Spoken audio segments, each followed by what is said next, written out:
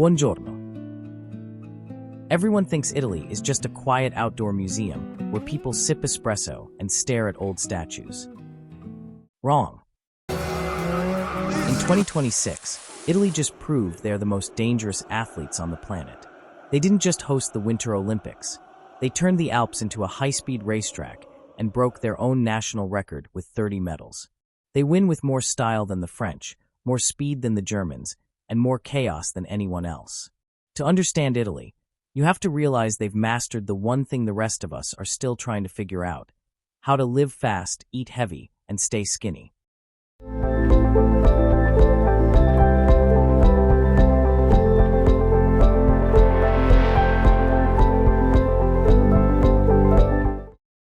And if you want to see living fast in action, look at the ice.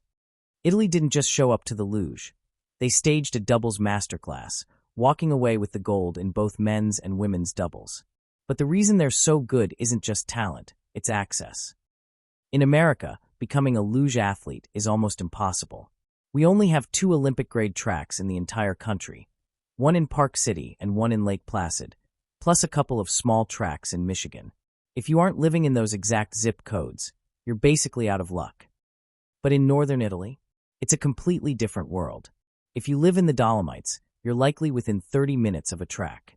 But they don't start on the big Olympic runs. Kids as young as 6 years old start on natural luge tracks, basically iced over mountain roads in their own backyards. By the time an American kid is even hearing about luge, an Italian kid has already spent a decade mastering gravity, hitting 93 miles per hour, using the same precision engineering Italy uses to build supercars. In America, luge is a dream. In Italy, it's just what you do after school.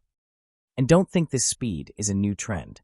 In 1956, Italy used their home court advantage to prove they were the fastest humans on the planet.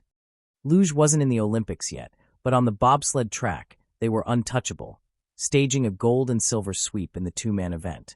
They were so dominant that the very track they're racing on in 2026 is named after one of those 56 legends. Ingegno Monti. Italy was moving so fast, they realized the old way of reporting sports wasn't enough. They didn't want people to read about this speed, they wanted them to see it. That's why 1956 became the first Winter Olympics ever broadcast live on TV, but it almost ended in a total disaster. The final torchbearer was skating toward the flame for the grand finale when he tripped over a television cable in front of an entire continent. Think about that irony. The very technology being used to show his glory was the thing that took him down. He hit the ice hard, but he didn't let the flame go out. He scrambled back up, kept his cool, and lit the cauldron anyway. That fall became the ultimate symbol. Italy might stumble, but they always get back up. With style.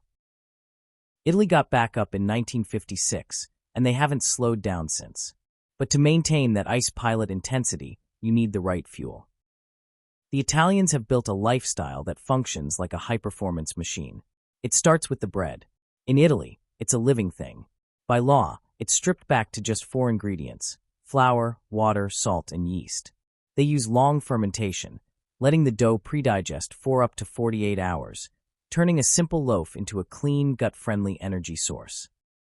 In addition, the architecture of Italy acts as a natural metabolic engine.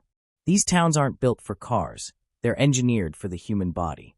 Whether you're in the heart of Milan or a mountain village in the Dolomites, the daily grind is a daily walk.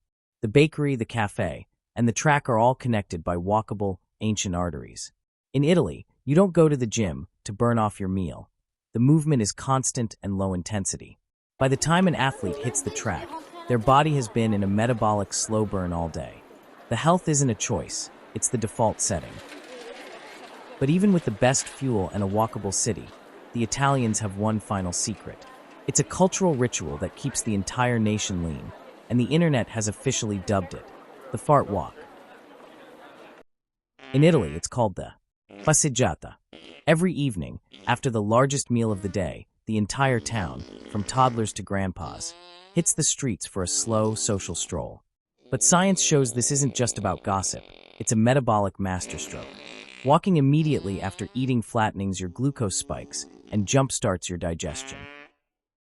It's the ultimate ice pilot hack. They eat the carbs, they take the walk, and they clear the engine. It's why you'll see thousands of people in Cortina d'Ampezzo looking like runway models after a 3-course dinner. They aren't just walking, they're biohacking the pasta. So, if you want the body of a 90-mile-per-hour athlete, you don't need a treadmill. You just need a post-pasta stroll and a little bit of fresh mountain air.